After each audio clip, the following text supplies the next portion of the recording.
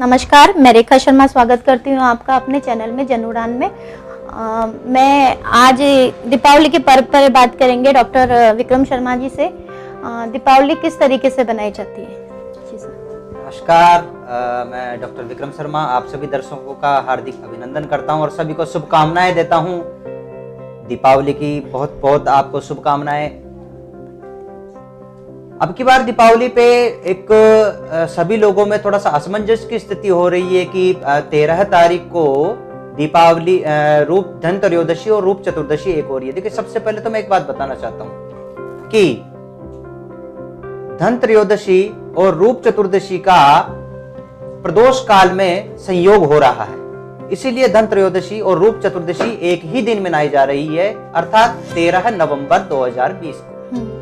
अब सबसे पहले मैं आपको बताना चाहता हूं कि धनत्रयोदशी क्यों मनाई जाती है। तो धनत्रयोदशी मनाने का सबसे बड़ा कारण है कि इस दिन जब समुद्र मंथन हुआ था तो उस समय भगवान धन्वंतरी, जो कि चिकित्सा के अधिष्ठाता देवता हैं, वो प्रकट हुए थे अमृत कलश लेकर।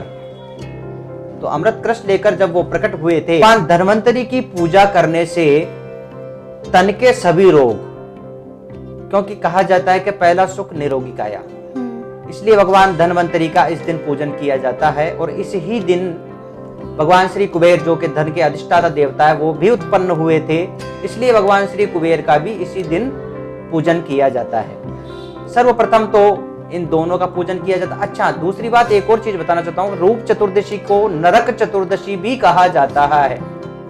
और रूप चतुर्दशी के बाद में जो पर्व आता है वो आता है दीपावली, जो मेन पर्व कहा जाता है। अब इस दीपावली को क्यों बनाई जाती है पंडित जी? बिल्कुल, दीपावली मनाने के बहुत कारण हैं। सर्वप्रथम तो मैं बताना चाहूंगा कि घी के दीपक जलाए जाते हैं। क्यों जलाए जाते हैं? क्योंकि इस दिन भगवान श्री राम रावण का वध करके अयोध्या में वापस लौटे थे। तो प्रजाजनों ने खुशी में घी के दीपक जलाए थे, इसलिए घी के दीपक जलाए जाते हैं। इस ही दिन माँ लक्ष्मी समुद्र मंथन से प्रकट हुई थी, इसलिए माँ लक्ष्मी की पूजा की जाती है।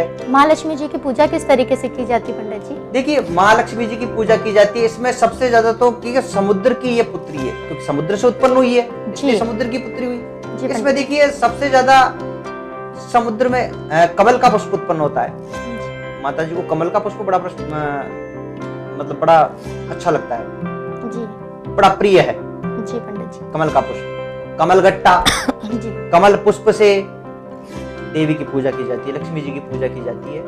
अब देखिए, सबसे पहले मैं आपको बताऊंगा लक्ष्मी जी की पूजा में क्या क्या सामग्री की आवश्यकता है। देखिए, लक्ष्मी जी की पूजा के लिए मैं सबसे पहले बताना चाहूंगा, किसी भी प्रकार से पूजा करिए तो सबसे पहले अपन जो पूजा करते हैं उसमें क्या करते हैं, देखिए अब मैं आपको बताऊंगा। जी पंडित जी, देखिए अपन को बता रहे हैं कि किस तरीके से पूजा की जाती है लक्ष्मी जी की। सर्वप्रथम अपन लेंगे जल जी, जल का लोटा, ठीक है। जल का लोटा लेके, और ये देखिए ये है सरसों जी।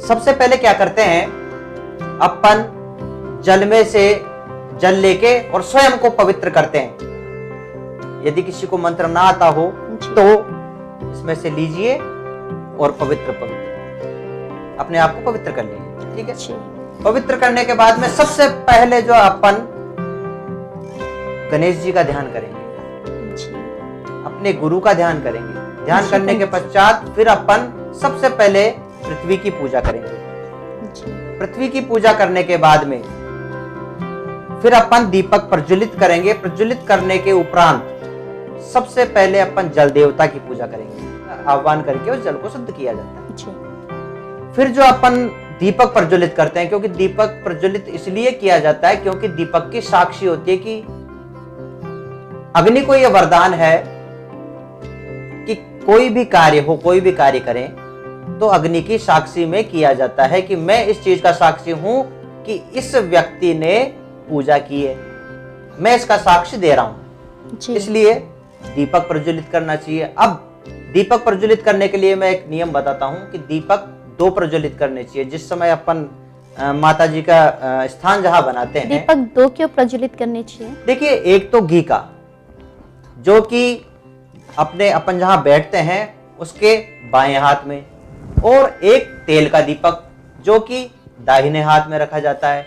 जी। ऐसे 2 दीपक प्रज्वलित किए जाते हैं। हाँ जी। ये पृथ्वी का आह्वान कर लिया, तीर्थों का आह्वान कर लिया, दीपक देवता की पूजा कर ली, उसके बाद में गणेश जी का ध्यान करके फिर अपन जल लेंगे और जल से अपन जो है संकल्प करेंगे कि मेरा ये गोत्र है, मेरा ये नाम है, मैं परिवार सहित अपने कल्याण के लिए ये माँ लक्ष्मी की, भगवान विष्णु की, गणेश जी की, अपने इष्ट देवता की, सरस्वती मैया की, जिस भी देवता को आप इष्ट देवता को मानते हैं, अपने कुल देवता को मानते हैं, उनकी प्रसन्नता के लिए मैं ये पूजन प्रारंभ कर रहा हूं। ऐसे करके और जल को छोड़ देना चाहिए।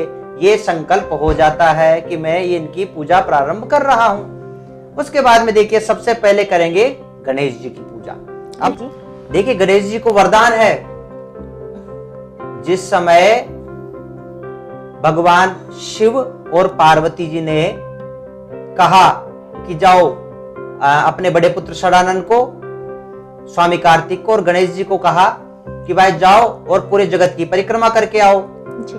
तो स्वामी कार्तिक के पास तो मोर था और गणेश जी के पास चूहा।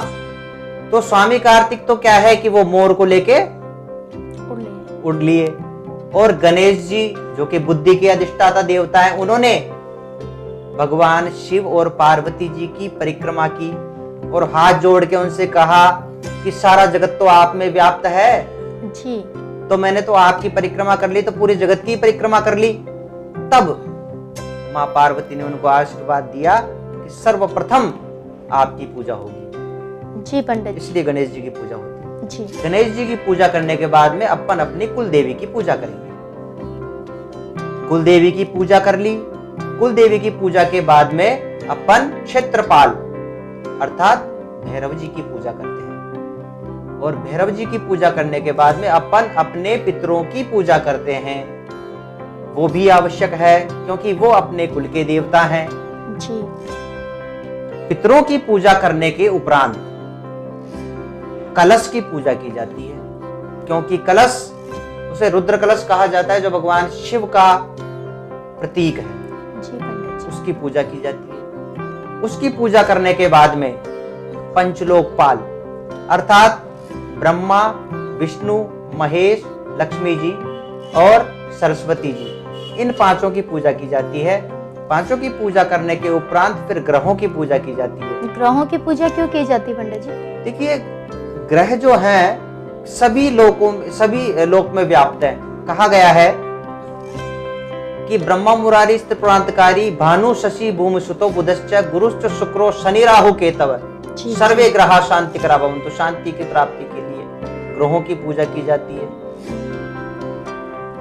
सभी जगह ग्रह व्याप्त हैं, हमारे शरीर में भी पूरे ग्रह व्याप्त हैं, इसलिए फिर ग्रहों की पूजा की जाती है। ग्रहों की पूजा करने के बाद 10 दिक्पाल इंद्रादि 10 दिक्पाल जो कि 10 दिशाओं की रक्षा करते हैं उनकी पूजा की जाती है। और उसके बाद में 10 दिक्पालों की पूजा करने के उपरांत में फिर प्रधान की पूजा की जाती है। और प्रधान की पूजा की जाती है तो दीपावली के दिन प्रधान कौन है? अब प्रधान में आप फोटो देखते हैं, उस फोटो में गणेश जी होते हैं जी, माँ सरस्वती होती है, माँ लक्ष्मी होती है। तो उस फोटो में सर्वप्रथम गणेश जी की पूजा करेंगे जी, क्योंकि बुद्धि, फिर ज्ञान अर्थात माँ सरस्वती की पूजा करेंगे। उसके बाद में लक्ष्मी जी की पूजा जब अपन करेंगे तो लक्ष्मी जी से पहले भगवान विष्णु की पूजा जरूर करनी चाहिए। ऐसा क्यों पंडित जी?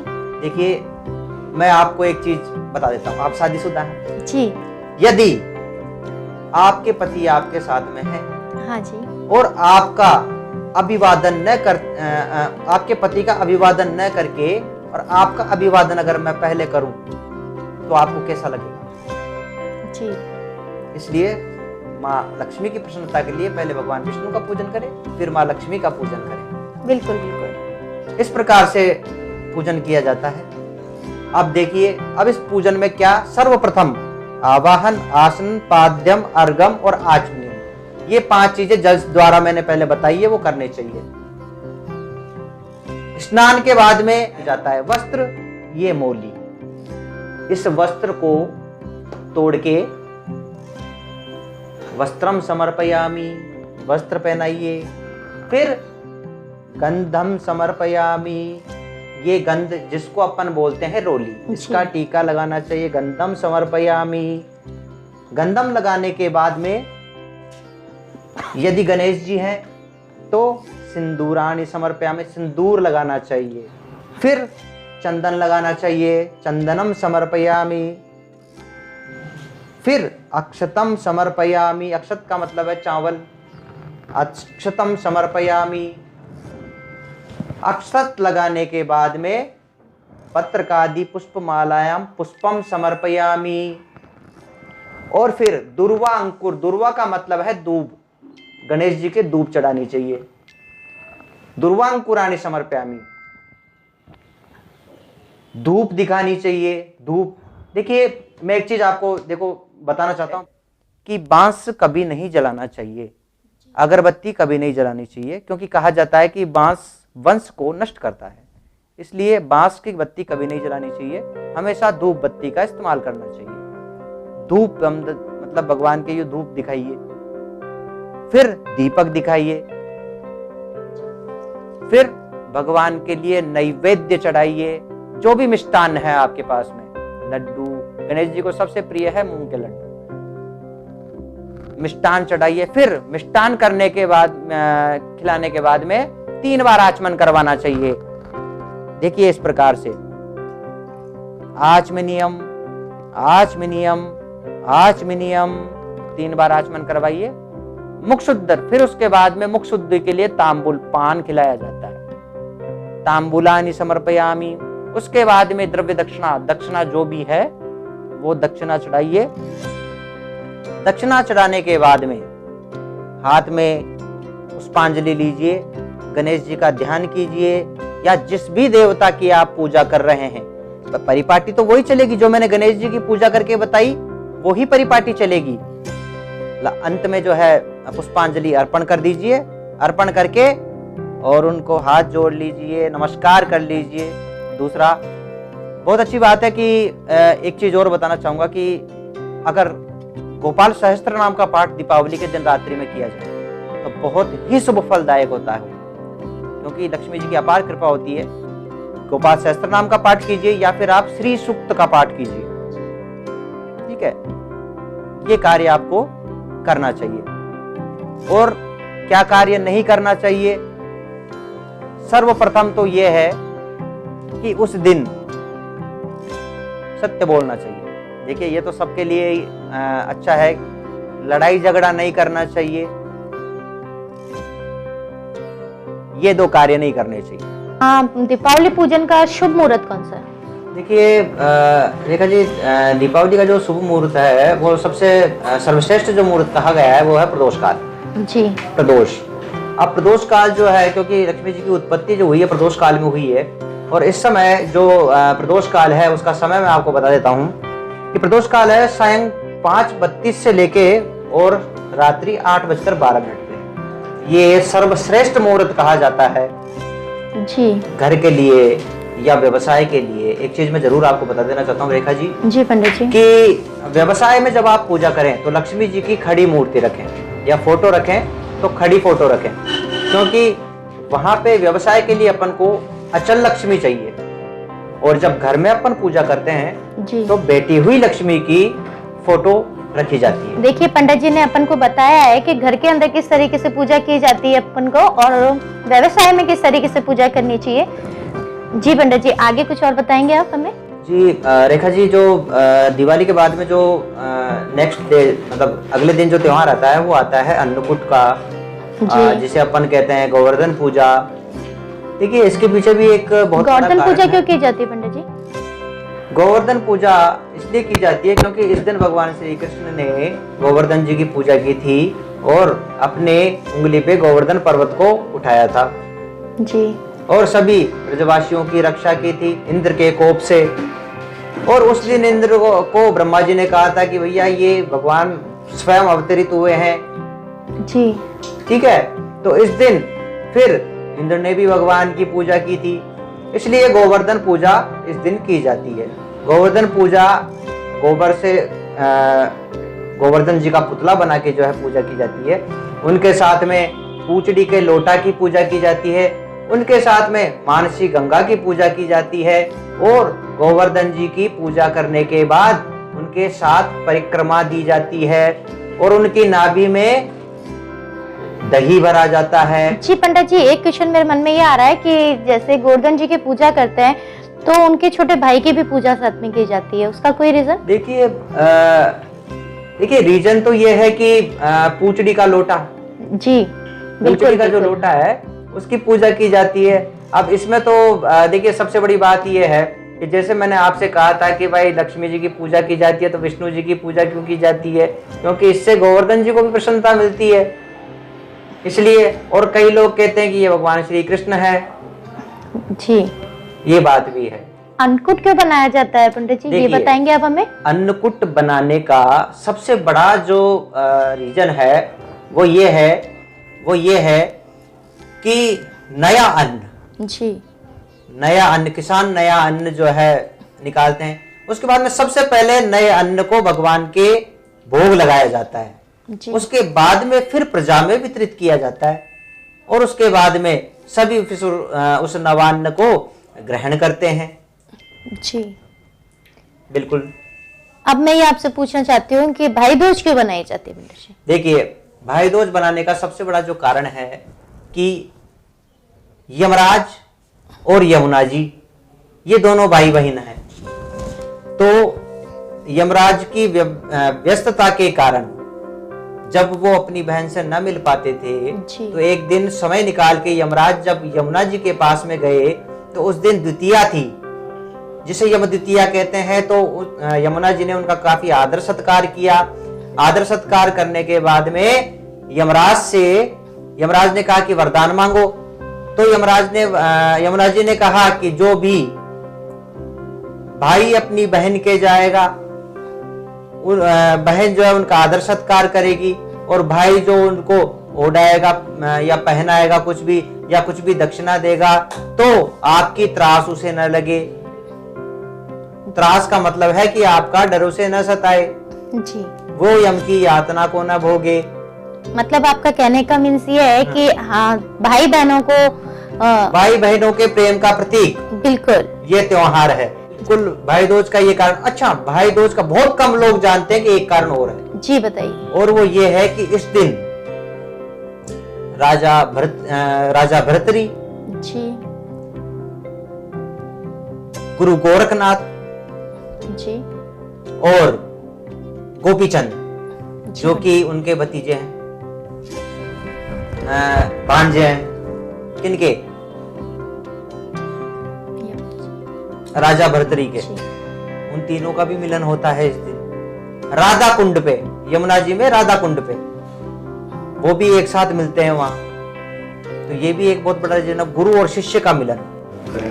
जी पंडित जी, मैं आपसे एक सवाल ये भी पूछना चाहती हूँ कि आपके बार चतुर्दशी और अमावस्या एक हो रही है तो क्या दिन का भी कोई मुहूर्त है शुभ? देखिए रेखा जी, मैं एक चीज आपको बता देना चाहता हूँ। मैं पहले भी बताया हूँ कि चतुर्दशी अमावस्या प्रदोष काल में अमावस्या होना बहुत जरूरी होता है क्योंकि 14 तारीख को 2:18 के बाद में जो है अमावस्या प्रारंभ हो जाएगी जी। और अमावस्या प्रारंभ हो जाएगी तो अब ये तो चतुर्दशी में तो अपन पूजा कर नहीं सकते दीपावली की, इसलिए 2:18 से पहले तो किसी प्रकार से पूजा दीपावली की होगी नहीं। ठीक है। हाँ, ये जरूर है कि लाभ और अमृत का चौघड़िया दोपहर में 2:18 से 4:11 तक रहेगा। उस समय आप व्यावसायिक पूजा कर सकते हैं जी, ये लाभकारी है। अच्छा, अब दूसरी बात मैं बताता हूँ, घर के लिए मैंने पहले भी बताया आपको कि प्रदोष काल की पूजा सर्वश्रेष्ठ मानी गई है और प्रदोष काल जो है 5:32 शाम को 5:32 से 8:12 तक रहेगा, इसलिए वो समय सबसे उपयुक्त रहेगा। अच्छा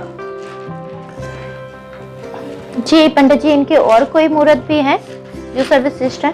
तो बताना चाहता हूँ कि दीपावली की जो पूजा की जाती है वो स्थिर लगन में की जाती है। और ऐसा क्यों पंडित जी? स्थिर लगन में पूजा इसलिए की जाती है क्योंकि अपन सभी चाहते हैं कि घर में धन स्थिर रहे। जी। ठीक है ना, कौन चाहता है कि भाई खर्चा हो। तो इसीलिए स्थिर लगन में जो है पूजा करना सर्वश्रेष्ठ माना गया है। जी पंडित जी। प्रदोष काल की पूजा तो सर्वश्रेष्ठ है ही, परंतु जो स्थिर लगन है उनमें पूजा करना भी श्रेष्ठ माना गया है। अब मैं आपको बता देना चाहता हूं कि वृषभ लगन जो स्थिर लगन है वो सायंकाल 5:06 से और 7:33 सायंकाल तक रहेगा। दूसरा जो स्थिर लगन आएगा सिंह लगन, वो आएगा रात्रि 12:06 से और रात्रि 2:02 तक। ये 3 मुहूर्त जो है मैंने आपको बताए हैं घर के लिए। व्यवसाय के लिए मैं पहले आपको मुहूर्त बता चुका हूं। लाभ और अमृत का जो मुहूर्त बताया था 2:18 से लेकर और 4:11 तक का। हमारी पंडित जी से बात हुई है। पंडित जी ने बताया कि घर में किस तरीके से पूजा की जाती है रश्मि जी की, व्यवसाय में किस तरीके से पूजा की जाती है, दूसरा सामग्री के बारे में भी बताया है, शुभ समय भी बताया गया है। पंडित जी आपका जन उड़ान में पधारे हैं, आपका बहुत बहुत धन्यवाद। आपका कीमती समय देने के लिए बहुत बहुत धन्यवाद। Thank you. जय श्री राम। हैप्पी दीपावली। दर्शकों को मेरी तरफ से दीपावली की हार्दिक शुभकामनाएं और माँ लक्ष्मी की कृपा आप सभी दर्शकों पे बनी रहे। धन्यवाद।